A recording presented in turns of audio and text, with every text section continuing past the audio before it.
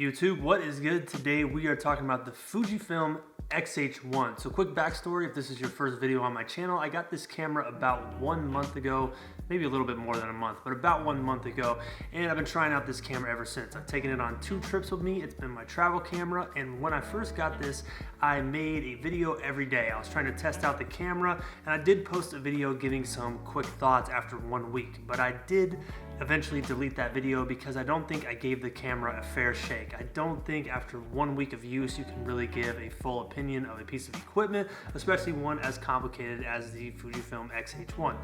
I'll never understand how people post like full review videos after only using a camera for 1 day. It makes absolutely no sense. But here we are, a month later, and I want to share with you guys some thoughts about the camera. Now this video is not a review video, it's more of my thoughts, some things I like, some things I dislike. So if you're interested in the Fuji X-H1, you can take this information, apply it to your buying process. I can't tell you what camera you need to get. I can only tell you what I like and what I dislike about this one.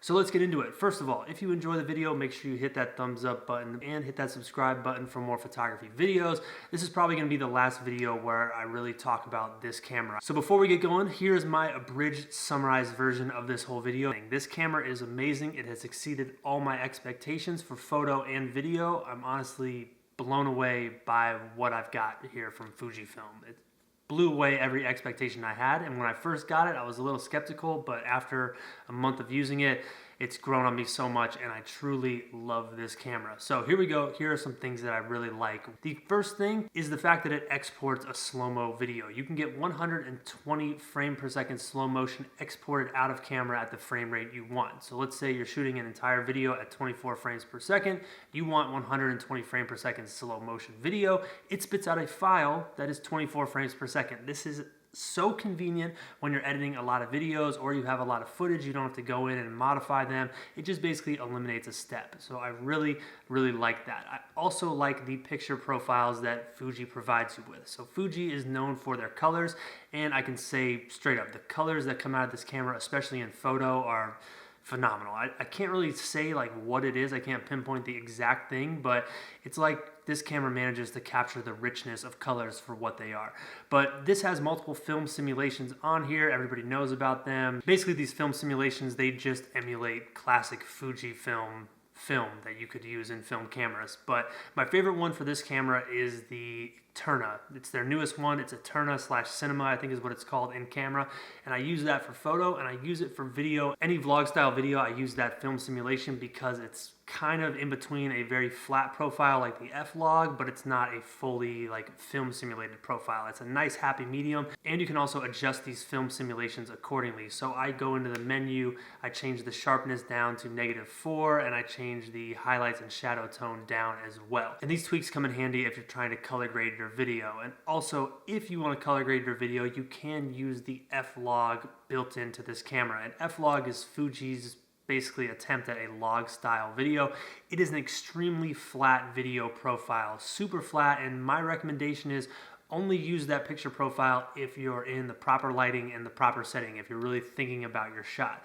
What I've come to notice is if I'm filming like a more cinematic video where I'm really thinking about the lighting, the setup, the colors, all that, F-Log works great. But if I shoot an F-Log when I'm just out running and gunning, like filming a vlog or something like that, not the best thing to use because of skin tones and different things like that. The Eterna film simulation works much better for that run and gun style, where F-Log is better for cinematic. And speaking of run and gun, one of my favorite things about Fuji cameras in general is the fact that you can make so many adjustments on camera. So ISO, you can adjust right here, you can lock it down to where you want it, and your aperture you can adjust here. Whereas opposed to a DSLR, you have to be moving all these dials. You usually have to hold down a button for ISO.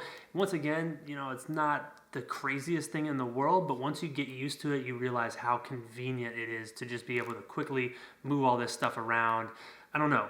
To me, it seems faster than changing settings are on a DSLR, but that's just my opinion. I don't know. Another thing that I really like for video, Obviously, the articulating screen is great. Everyone knows how awesome these are, you know, to be able to move this around accordingly. But one great thing, if you're shooting in video, you have this on like a stabilizer and you have the camera low. You can look down, see what you're shooting, obviously, but you also have this screen up here which you can read and see your settings. And this top display is super clear and you can change it from white to black, kind of like a Kindle. It's just a nice feature when you're looking down at the camera to be able to see your settings in a nice, easy, readable way as opposed to having to look on the screen. So a few other quick positives of this camera. One, the facial detection is very good in video. I haven't had it fail on me yet. The only time it's messed up is when someone is behind me and it accidentally locks onto their face, but that's pretty much the case with any type of facial detection. You know, you occasionally have that time where it picks out the wrong thing. But as far as I can tell, when I'm filming myself like this, it's been very accurate, and I've had few times where the camera misses my face. And one last thing that has just blown me away on this camera. This is marketed as a video camera. It's Fuji's first video-oriented camera, and that's why I bought it. To use it on this channel for vlog videos, to just speed up my workflow, have something smaller and more convenient. But the photo ability of this camera has blown me away. I mean, unexpectedly so. I thought it was going to be a video camera, but the photo capability is just absolutely incredible. I can't tell you how impressed I am with the colors, just the sharpness, the way everything looks. And the shutter has a very nice sound too. I don't know if anyone cares about that. It's kind of nerdy, but I like the way the shutter sounds on this camera. So those are some positives. That's what I really like. That's what stood out to me after a month. Now here are some negatives, and there's not a ton, but there are some negatives. Some of them are me kind of nitpicking. One is the highly publicized freezing issue. So this camera does freeze. Not a lot, but there are times where you'll be using it, you'll go to turn it on, and it's just black. Nothing's working, and you have to take the battery out, you have to take your memory card out. Now, Fuji says you should be using the proper memory cards, which I've never not used the right memory card with this camera. Here's my thoughts on that. I think what happens is when the camera is moving and you shut it off, that in-body stabilization, I think something goes on with that to cause the camera to freeze. That's just my diagnosis. That's what I think. But I've noticed that when I'm using the camera and I'm walking with it and I turn it off when it's by my side, that's when it freezes much more. When I turn the camera on and off in a stationary position like this, there haven't really been any issues with freezing. So I'm sure Fujifilm will eventually touch on that a little bit more and we'll get a more clear understanding of what causes that. But the fact of the matter is this camera does freeze. So speaking of in-body stabilization, or IBIS, whatever they're calling it, these systems are great, but they drain your batteries, and you need to be aware of it. Sony has the same problem. Their batteries run out like crazy. This camera does the same thing. When I was out in Utah shooting all day photo and video, I found that I needed to have 3 batteries with me on those days. Usually I'd go through 2.5, which isn't a big deal. You know, it's not even really a negative. It's just something you need to be aware of. If you're going to be using this camera for a long time, you probably are going to need extra batteries and extra memory cards, especially if you are shooting in 4K 200-bit video, because those files can be very large. So it's not necessarily a negative. It's just a fact about the camera that you should be aware of. 2 things with this camera's build. One, I don't know what was here. I think it was like a rubber gasket or something. They need to get that thing on there tighter. The second day I was using this camera, that fell off at some point, and I have not had it since. Another thing, this camera is marketed towards videographers. It's the Fuji's video camera, but there's no headphone jack unless you buy the $350 grip. Nice move, Fuji. I get what you're doing there. You want everyone to buy the grip. I want to buy the grip, but I don't want to pay for it. So eventually I'll probably end up buying it, but it just seems weird that they wouldn't include the headphone jack on the camera. You know, it's kind of an essential thing when you're testing your audio and all that.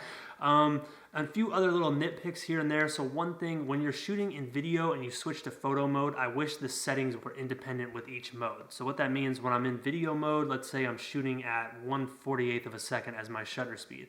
If I switch over to photo, I don't typically want my shutter speed at 1/48 of a second. So when you switch over to photo mode, you're gonna stay in that 1/48 of a second shutter speed, and you have to adjust your speed to get it where you want. And then when you move back to video, you have to go back to 1/48. It's just a small little nuisance that probably doesn't affect everyone. But for someone like me who's trying to keep their shutter speed in video at a certain point and then their shutter speed in photo a certain point, it can be kind of annoying having to switch it back and forth. But like I said, kind of a nitpick. But yeah, I think that is it for my thoughts on this camera after 1 month of use. That's what I like, that's what I dislike. I don't think I'll make any other videos talking about this camera on this channel, but I did want to answer this question for everyone who's been asking me, how am I liking the camera? Do I like it? Do I dislike it? My final thought, it's amazing. I really like it, and it seems like every time I talk about it a little bit more, I like it more and more, and I think that's how it goes with cameras. When you get a new piece of equipment, it can be kind of a shock to try something new. You're like, what, this thing's not very good, because you're comparing it to what you were using previously. But with this thing, the more I use it, the more I enjoy it, and I'm sure that's what's happening to a lot of people using this camera. So do me a solid, if you have this camera, you have things you like, you have things you dislike, drop them in the comments so people who are watching this video and they're curious about Fuji cameras, they're curious about this one, they can read those comments and get other input. I'm sure I didn't cover every single thing that's great or every single thing that's bad about this camera. So yeah, let's start a little Reddit forum, I guess, in the comments. So if you're watching this video, you're trying to decide on the camera, check out the comments. All the great people on this channel will leave their feedback. But yeah, I'm gonna get out of here. Thank you guys so much for watching. Hit that thumbs up button. Make sure you subscribe for more photography videos. On Friday, we're gonna go out to shoot. We're gonna do a vlog on Friday. It should be pretty rad. So stay tuned for that one. I'll see you guys next time. Y'all are the truth. Y'all are the best. And without you, this channel wouldn't be possible. So I'll see you guys next time.